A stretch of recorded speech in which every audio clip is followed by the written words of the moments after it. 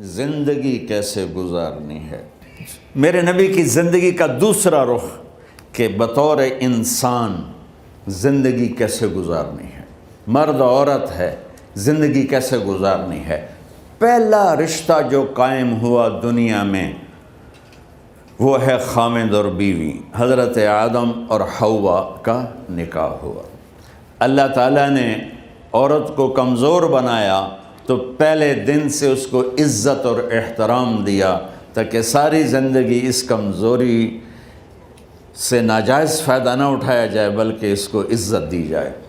کہ آدم علیہ السلام کے لیے مٹی اکٹھی کی، پانی ڈالا، گوندھا اور ایک اسٹیچو بنایا اور ڈال دیا۔ جب وہ خشک ہوا اس میں روح ڈالی اور پھر وہ ننگے بدن تھے، پھر ان کو جنت کے کپڑے پہنائے اور جنت میں ڈال دیا۔ اس کائنات کا حسن بھی عورت سے ہے اور جنت کا حسن بھی عورت سے ہے۔ حضرت آدم علیہ السلام جنت میں، لیکن بابے جی دا دل ہی نہیں لگتا، کلے کلے ہی ٹرے پھر دیں۔ اب اللہ نے عورت کو بنانے کا ارادہ کیا تو اللہ ایک ڈھیر مٹی کا اکٹھا کر کے عورت کے لیے بھی بنا دیتا اور اس کا اسٹیچو بنا دیتا اور اس کو خشک ہونے دیتا، پھر اس میں روح ڈالتا، پھر اس کو کپڑے پہناتا۔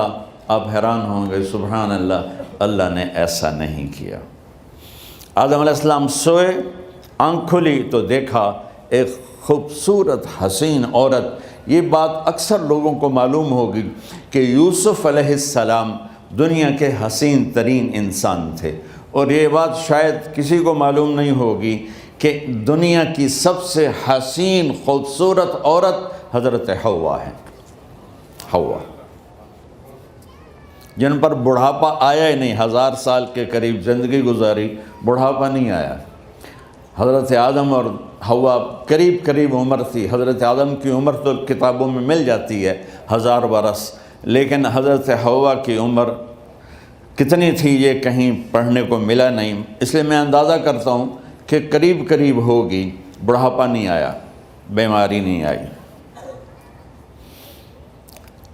اور حضرت حوا کو مینسز بھی نہیں آتے تھے۔ یہ عجیب بات آپ کو بتاؤں، اللہ نے اتنا جنت کا ان کے اندر نمونہ رکھا۔ تو جب حضرت آدم کی آنکھ کھلی تو دیکھا ایک حسن کا پیکر، انہوں نے تو جنت ہی بھول گئی۔ کہنے لگے یا اللہ ہن دل ٹھریا جا کے، یا اللہ کون ہے؟ کہ تیری بیگم۔ کہ واہ جی واہ، موجاں ہی موجاں۔ تو اللہ تعالیٰ نے نکاح پڑھایا۔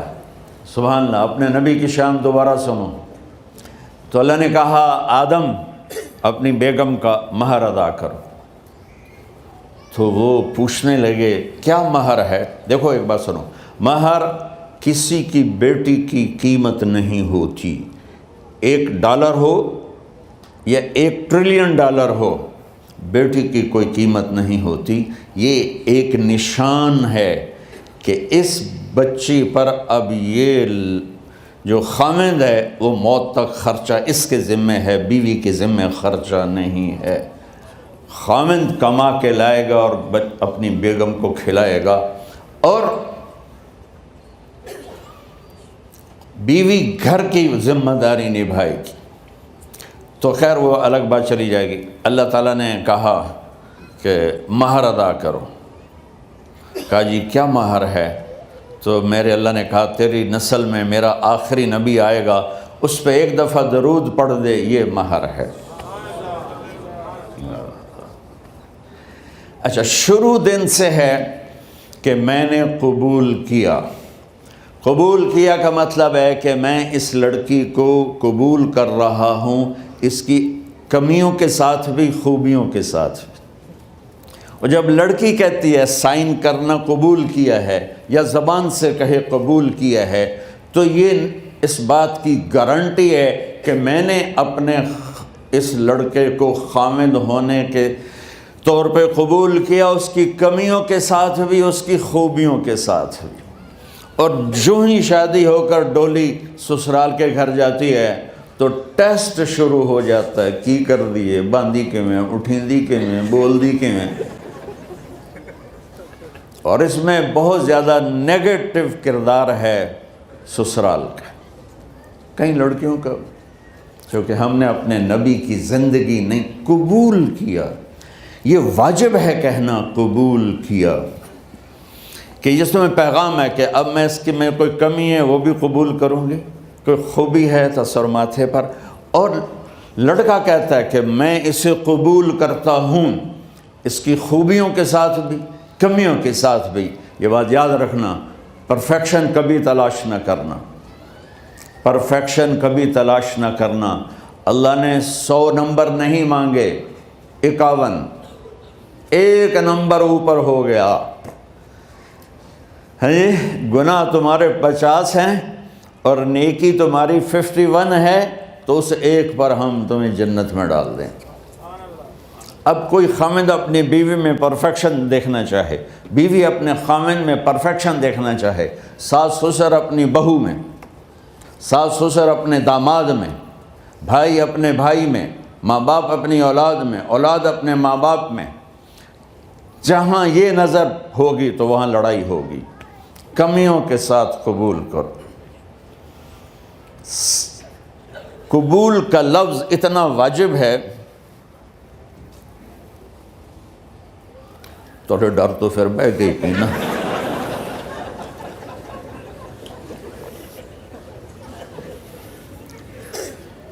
قبول کا لفظ اتنا ضروری ہے کہ اس کے بغیر نکاح ہی نہیں ہوتا۔ میں یہ کئی جگہ لطیفہ سنا چکا ہوں، اور واقعی قصہ بھی ہے، ایسے لطیفہ نہیں ہے۔ میرے دوست ہیں، ذمہ دار ہیں اچھے، تو ان کے گاؤں کا ایک بچہ چھوٹی عمر میں بسوں پہ جا کے نا وہ جاب پہ لگ گیا، تو اس کا کام ہوتا ہے بس کو صاف کرنا، ڈرائیور کو چائے پلانا، اور جہاں کہیں رش ہو تو اس کو ڈائریکشن دینا، استاد جی کٹ لو، استاد جی آن دیو، استاد جی جان دیو، تو یہ اس کا محاورہ بن جاتا ہے۔ اب اس کا نکاح ہوا تو مولانا صاحب نے کہا بھائی عبد الرحمن، میں فرضی نام لے رہا ہوں، نام مجھے اس کا یاد نہیں، عبد الرحمن زینب بنت اسلم نو تیرے نکاح دیتا 500 مہر تو قبول کیتا؟ تھوڑی دیر سوچ کے کہندا جی آن دیو۔ اس نے ساری زندگی آن دیو ہی سیکھا تھا، تو اس کے بھائی نے اس کو کوئی نہیں ماری، تو کہنے لگا جی جان دیو۔ مولانا صاحب نے کہا آن دیو جان دیو نال کم نہیں بننا، تو آگے میں قبول کیتا۔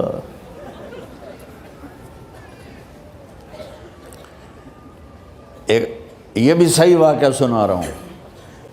ایک نوجوان نے بیوی کو 3 طلاق دے دی کٹھی، اب ہو گیا پریشان، مولانا صاحب کے پاس گیا، کوئی میرے جیسا ہوگا۔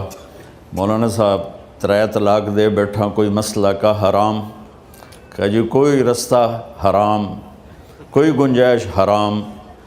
اس نے جیب سے موٹا سا لفافہ نکالا اور مولانا کے جا نماز کے نیچے ڈال دیا کہ مولانا صاحب کوئی گنجائش، کہ ہن تو سوچنا ہی پوے کی آکھیا ہی تو اپنی بیگم نو؟ اس آکھیا جی میں آکھیا ہی 3 طلاق، اس آکھیا مبارک ہوئے طلاق نہیں ہوئی۔ میں آکھیا جی او کیویں؟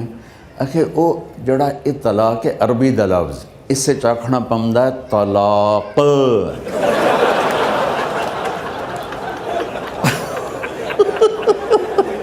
یہ آپ کو صحیح واقعہ سنا رہا ہوں۔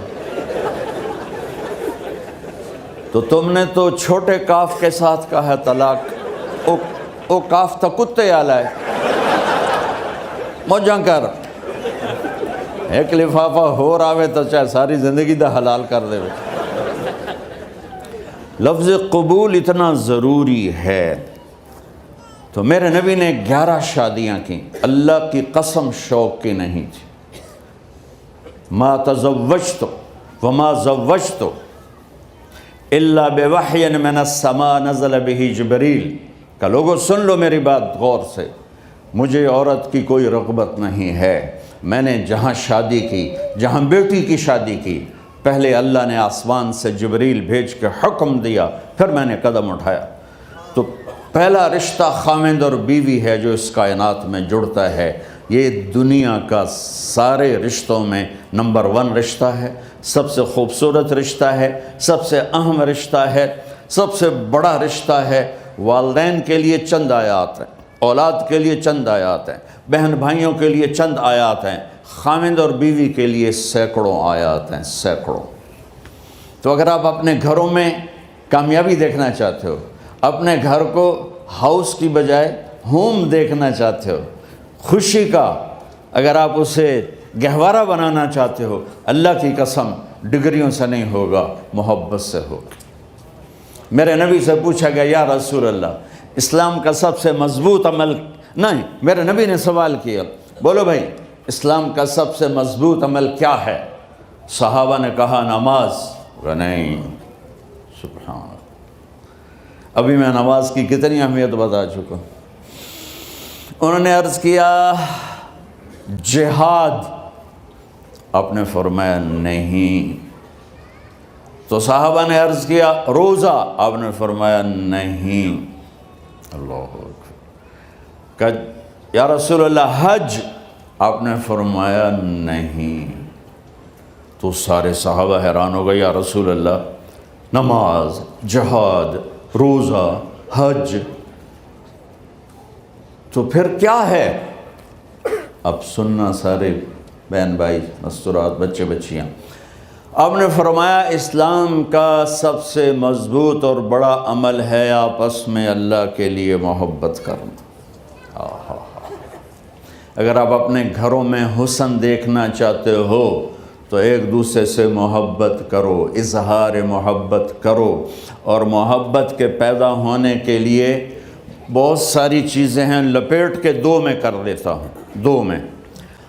بیوی کی خوبی دیکھو، کمی نہ دیکھو، خاوند کی خوبی دیکھو، کمی نہ دیکھو، پہلی بات۔ دوسری بات، اس زبان سے زہر نہ اگلو محبت کے پھول، اس زبان سے کڑوے جملے نہ ہوں، طنز نہ ہو، ٹانٹنگ نہ ہو، بےعزت نہ کرو، انسلٹ نہ کرو، تو آپ کے دل جڑ جائیں گے۔ یاد رکھو شکلوں سے زندگی آباد نہیں ہوتی، زندگی اخلاق سے آباد ہوتی۔ تو اپنے گھر سے ٹانٹنگ نکال دو۔ نہ کہا کا مطلب ہے بارش کا زمین میں جذب ہو کر یکجان ہو جانا، 2 زندگیوں کا محبت میں جذب ہو کر یکجان ہو جانے کو نکاح کہتے ہیں۔ نہ کہا آنکھوں میں نیند کا اتر کے سلا دینا، نہ کہا خاوند اور بیوی کا ایسی محبت دینا کہ چین کی نیند آ جائے، نہ کہا اعتماد کرنا، بھروسہ کرنا، خاوند بیوی پہ بھروسہ کرے، بیوی خاوند پہ بھروسہ کرے۔ اے نوے لوک کے فون چیک ہو رہے ہوئے، کال کتنے کی تھی، کال کتنے کی تھی۔ عزت دو، اعتماد کرو۔ چوتھا مطلب درخت کا چھاؤں بنا دینا، نہ کہا میاں اور بیوی، خاوند اور بیوی کا محبت کی ایسی چھاؤں بنانا کہ اس کے نیچے اولاد کا پودا خوبصورتی سے پیدا ہو سکے۔ نہ کہا، صرف لفظ نکاح کے مطلب بتا رہا ہوں، نہ کہا مریض کو، کدھر ڈاکٹر بیٹھے ہیں، میرے سامنے بیٹھے ہیں، مریض کو دوا ایسی دینا کہ وہ شفا یاب ہو جائے، آپس کے ایسے تعلق بنانا کہ زندگی کو شفا مل جائے۔ میرے بھائی بہنوں، میں آپ کو اپنے نبی کی زندگی بتا رہا ہوں۔ میرے نبی نے 11 شادیاں کی، اللہ ذوالجلال کی قسم، صرف ہمیں زندگی سکھانے کے لیے کہ گھر کی زندگی کیسے ہوتی ہے اور اولاد کو کیسے پالا جاتا ہے۔ اب لوگ کیا مجبوریاں ہیں کہ عورت بھی جاب کرتی ہے، مرد بھی جاب کرتا ہے۔ عورت کی سب سے بڑی جاب اپنی نسل کو پالنا ہوتا ہے۔ جب یہاں ٹائم نہیں ملتا بچے کو، نہ ماں سے ملتا ہے نہ باپ سے ملتا ہے، تو پھر وہ جنگل کا پودا بن جاتا ہے۔ یہ تو وینکوور ہے، فیصل آباد کی بات سناتا ہوں۔ میرے بچے جس اسکول میں پڑھتے تھے ان کے پرنسپل سے میری دوستی تھی، میں ملنے گیا ایک دن، تو کہنے لگے جی عجب واقعہ ہوا ہے کہ یہاں 2 بچے پڑھتے ہیں، ان کی ماں بھی ڈاکٹر ہے اور باپ بھی ڈاکٹر ہے، تو وہ دونوں آئے ہیں میرے پاس کہ ہمارے بچوں نے 3 دن ہو گئے ہیں گھر میں کھانا نہیں کھایا، تو ہم پریشان ہیں، ہمیں بتاتے نہیں، کائنڈلی آپ پوچھ کے بتائیں کہ وہ کھانا کیوں نہیں کھا رہے۔ ایک باری کر کے بھی دکھا دو.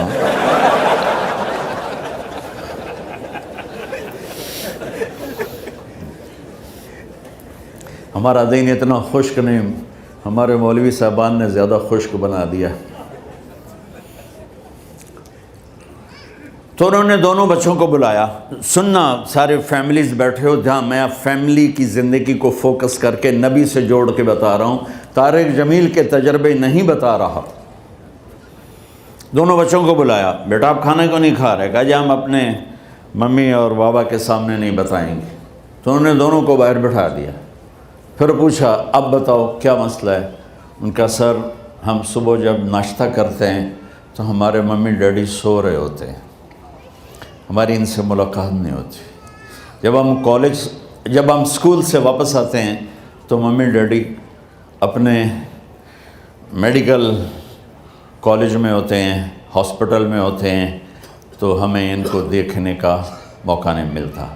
شام کو جب ہم کھانا کھاتے ہیں تو یہ دونوں اپنے پرائیویٹ کلینک میں ہوتے ہیں، تو ہم ان کو دیکھ نہیں پاتے. پورا ہفتہ گزر جاتا ہے، ہمیں ماں باپ کی شکل نظر نہیں آتی. تو ہم نے سٹرائک کی ہے کہ ایسے ماں باپ کی روٹی کیا کھانی جو اپنی شکل بھی نہ دکھا سکیں. تو اس لیے ہم نے کہا ہم نے بائیکاٹ کیا ہے، گھر میں نہیں کھانا ہے. تو ایسی لائف مت بناؤ. یہاں ایک بہت بڑا چکر شیطان دیتا ہے، بڑی گاڑی لے لو، $100 کی قسط تو ہے، اور بڑا گھر لے لو، $200 یا $100 کی قسط تو ہے. پھر میاں بھی کام کرے، بیوی بھی کام کرے، جو کہ بڑا گھر باقی رہے، تو خوشیاں تو مٹ گئیں. جو ڈبل جاب کرے گا، پھر ڈبل جاب کرتے ہیں. ڈبل جاب کرنے والا بیچارہ تھکا ہوا ذہن لے کے آتا ہے، وہ کیسے ٹائم دے گا اپنے بچوں کو خوشی کے ساتھ؟ جو ماں جاب کر کے آئے گی پھر کھانا پکائے گی، وہ جب اتنی تھک جائے گی تو اپنے بچوں کو کھلا ٹائم کیسے دے سکے گی؟ پوری کائنات کی ذمہ داری تھی میرے نبی کے سر پر، اور آپ اس کے باوجود روزانہ حسن حسین کے لیے وقت نکالتے تھے. اور انہوں کو آ کر کوئی لیکچر نہیں. دیکھو ماں باپ سے ایک بات کرتا ہوں، لیکچر تھوڑا دو، محبت زیادہ کرو. یہ نہ کرو، یہ کیوں کیا، یہ کرو، یہ کرو، یہ چھوڑ کر صرف سینے سے لگاؤ، صرف محبت دو. کمیوں سمیت بچوں کو قبول کرو، ان کی زندگی تبدیل ہو جائے گی. اتنے بڑے نبی، اتنی بڑی ذمہ داری، اور اتنا درد سینے میں کہ آپ کے سینے سے ایسے ابلنے کی آواز آتی تھی جیسے ہانڈی ابلتی ہے. اس کے باوجود آپ روزانہ کہتے این اللقا، میرے شرارتی بچے کدھر ہیں؟ تو وہ بھاگے بھاگے آتے. دیکھو میں فزیکل کر کے بتاؤں گا تاکہ آپ کو پتہ چلے زندگی کیسے گزاری. کہ میرے شرارتی بچے کدھر ہیں؟ 7 بر اعظم کی ذمہ داری ہے. اور تھوڑی چھوٹیاں جابن تو تسی کہتے ہو بزی بڑے ہیں، بزی بڑے ہیں. میرے نبی پہ 7 بر اعظم کے انسانوں کی ذمہ داری ہے، اور آخری آنے والے انسان تک کی ذمہ داری ہے. اس سے بڑی جاب کس کی ہوگی کائنات میں؟ اور پھر آپ روزانہ آتے ہیں این اللقا، میرے شرارتی بچے کدھر ہیں؟ تو حسن حسین بھاگے بھاگے آتے. آپ ان کے لیے یوں ہو جاتے تھے، آؤ بھائی میری کمر پہ چڑھ جاؤ. اپنے نبی کی عظمت کو جانو کہ انہوں نے زندگی کیسے سکھائی. چاند کے 2 ٹکڑے کر دینا کوئی معمولی بات ہے، آسمان چیر کے چلے جانا معمولی بات ہے، ایک زندگی سکھا کے جانا سب سے بڑی بات ہے. کتنی اولادیں برباد ہو گئیں ماں باپ کی وجہ سے، کتنے گھر اجڑ گئے ساس سسر کی وجہ سے، کتنے گھر اجڑ گئے لڑکی کے بدتمیز ہونے کی وجہ سے، کتنے گھر اجڑ گئے لڑکے کے شرابی اور باہر کی گندگی کی وجہ سے. زندگی سیکھو. یہ اتنے بڑے نبی ہو کر آپ یوں ہو رہے ہیں جیسے میں نے آپ کو کر کے دکھایا. دونوں کو اوپر بٹھا لیتے اور کمرے میں چکر لگاتے تھے، پھر یوں کر کے پوچھتے تمہارا اونٹ کیسا ہے؟ سوال. پھر دونوں کو اتار دیتے اور اپنی نواسی زینب، جن کو حضرت علی کی وراثت ملی کس کی؟ علم کی، فصاحت اور بلاغت کی، ان کو کمر پہ بٹھا لیتے اور اکیلی زینب کو پورے گھر میں چکر لگواتے تھے۔ اور بھی دکھ ہیں زمانے میں محبت کے سوا، راحتیں اور بھی ہیں وصل کی راحت کے سوا، کیا صرف کمانا ہی کام ہے؟ ادھار کی زندگی سے بچو، خوش و خرم رہو، اس کو قسط دینی ہے، یہ قسط دینی ہے، یہ قسط دینی ہے، یہ دینی ہے، سر میں درد نہیں ہوگا تو اور کیا ہوگا؟ تو آپ اتنے بڑے عظیم ہو کر وقت نکال رہے ہیں، اور حضرت ابو ہریرہ فرماتے ہیں میری آنکھوں نے دیکھنا سارے کہ آپ نے کبھی حسن کبھی حسین یہاں جیسے مائیں کرتی ہیں ادھر کھڑا کیا ہوا ہے اور جھولا جھلا رہے ہیں ایسے، اور ان کے دونوں ہاتھ پکڑ کر کہہ رہے ہیں آ جاؤ اوپر آ جاؤ، اوپر آ جاؤ، آگے پہاڑی ہے، اوپر آ جاؤ، آگے پہاڑی ہے، تو ایسے ایسے آتے، اور اوپر آؤ، وہ یہاں آ جاتے، آگے آؤ، وہ یہاں آ جاتے، آگے آؤ، وہ یہاں آ جاتے، تو پھر آپ یوں ہو جاتے، آگے آؤ، تو چڑھتے چڑھتے یہاں آ جاتے، یہاں جب وہ یہاں آ جاتے تو آپ ان کے ہاتھ فکس کر کے آگے بڑھ کر ان کے ہونٹوں کا بوسہ لیتے اور کہتے یا اللہ میں ان سے پیار کرتا ہوں، تو بھی ان سے پیار فرما۔ بھائیو اللہ کی قسم، پیسے سونے چاندی سے زندگی میں خوبصورتی نہیں آتی، نبی کی غلامی سے زندگی میں خوبصورتی آتی ہے۔ اتنے بڑے نبی ہیں اور حضرت عائشہ سے کہہ رہے ہیں دوڑ لگائیں۔ یہاں کسی مولانا سے پوچھو اپنی بیوی سے کبھی کہا اس نے کہ دوڑ لگائیں؟ الٹا سوٹا لے آتے کھلو جاوے گا۔ عائشہ دوڑ لگائیں، اور واپسی کہاں سے ہو رہی ہے؟ دوڑ کہاں لگ رہی؟ جہاد کے سفر سے واپسی ہو رہی، اور آپ نے اپنے صحابہ سے کہا سب آگے چلے جاؤ۔ جب سارے آگے چلے گئے اور کوئی نظر نہیں آ رہا تو آپ نے کہا عائشہ آؤ دوڑ لگائیں۔ تو حضرت عائشہ کہتے ہم نے دوڑ لگائی تو میں آگے نکل گئی لیکن ابھی پیچھے رہ گئے۔ کچھ سال گزرے تو پھر ہم سفر سے واپس آ رہے تھے تو آپ نے صحابہ سے فرمایا سب آگے چلے جاؤ، چلے گئے۔ آپ نے کہا عائشہ دوڑ لگائیں؟ کہ جی لگائیں۔ کون دنوں میں ذرا موٹی ہو گئی تھی تو پھر اللہ کے نبی آگے نکل گئے، میں پیچھے رہ گئی۔ تو آپ نے کہا عائشہ ہذہ بتلک، آج تو اور میں برابر